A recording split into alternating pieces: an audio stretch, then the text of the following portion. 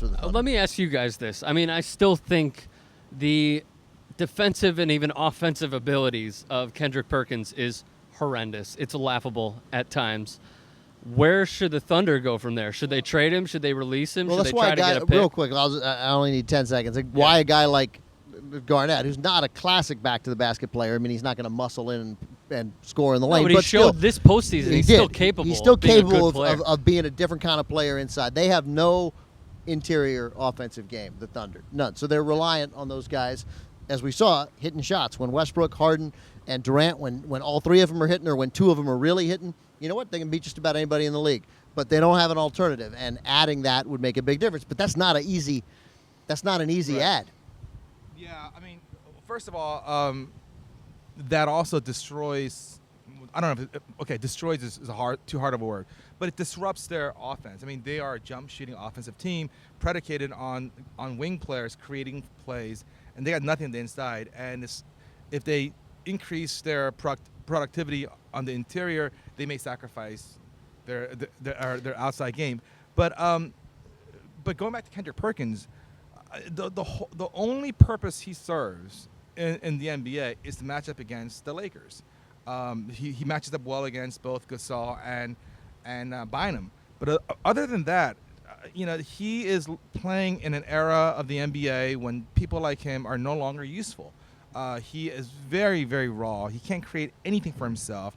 Even when he gets the ball inside, it's at best a 40% likelihood that he would score. So, against Steve, a smaller don't they guy. just need with a guy like that? I mean, then imagine, and let's think small. Forget Garnett, Elton Brand. And Perkins stays, and he has a role to play when they play the Lakers, and his minutes are reduced, and he's in there when it's important to have a defensive guy in there. And Elton Brand is the shadow of his former self, but Elton Brand doesn't miss 3-footers when he'll get it up there. Like that guy, a guy like that, and that to me doesn't disrupt their offensive flow. Like it's not like you get a guy and now like, we're gonna run the whole offense for this guy. No, he kills defensively. Right, and you make people change the way they guard you just a little, and I think that it helps the big three. The Thunder, everyone assumes they have a really bright future and that they'll make it back. I would love to see that happen. I just saw the same kind of predictions with the Sonics, with Orlando Magic, with the Knicks, and sometimes you don't make it back because you get an injury or there's issues. For example, within 2 years they need to make a big decision on Harden and Ibaka.